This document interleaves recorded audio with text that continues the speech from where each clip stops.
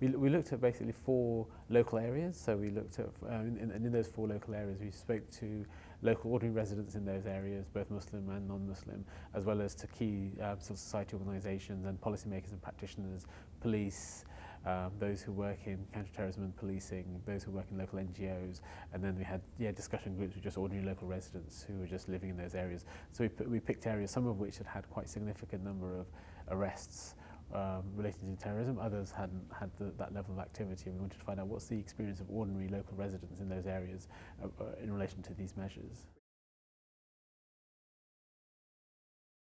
Yes, so in some of those areas it led to convictions. In other ones you had arrests and people were released later on. And one of the things I guess that came out were in the study were the number of people who were arrested and then released, and the level of attention that's given by the media to the arrests, but not to the subsequent releases. Yeah, so it was interesting. So it's one of the areas where there was a lot of arrests taking place. There was a real anger about the level of media attention that's given to the arrests, but not to the subsequent release. But also the local authorities, the police picked up on this, and one of the things that they learned was to make sure that when they do arrest, it's a lot less high profile, so you don't get the level of media attention. And it can be something very simple, like not placing big police vans outside the door of a house so that the media can see where you are. So when they did one series of arrests and there was a lot of media attention, a few weeks later they did a similar series of arrests, but because they decided not to put police cordons and police vans outside the houses of the streets, the media couldn't find any images of houses to put their cameras on them, so there wasn't the same level of media attention.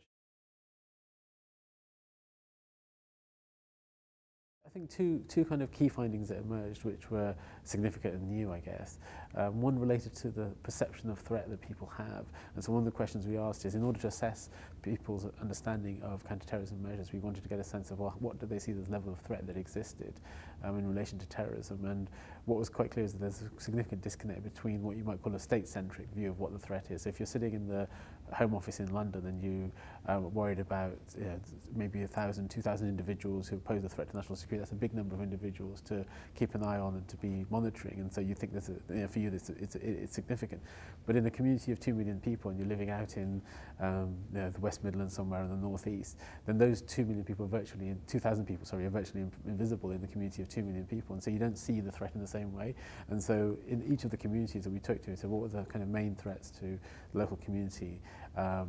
They didn't really see the threat from terrorism in the same way as compared to other immediate threats like drugs or gangs or youth unemployment or low educational achievement. And I think in a lot of the discussion groups, one of the things that came across quite strongly was the extent to which things like drugs were seen as a major threat to their community, to the young people, because these were seen as ways in which they were destroying the community from the inside or destroying young people. And drug dealers were seen as just as much of a threat to the community as a sort of recruiter from Al-Qaeda.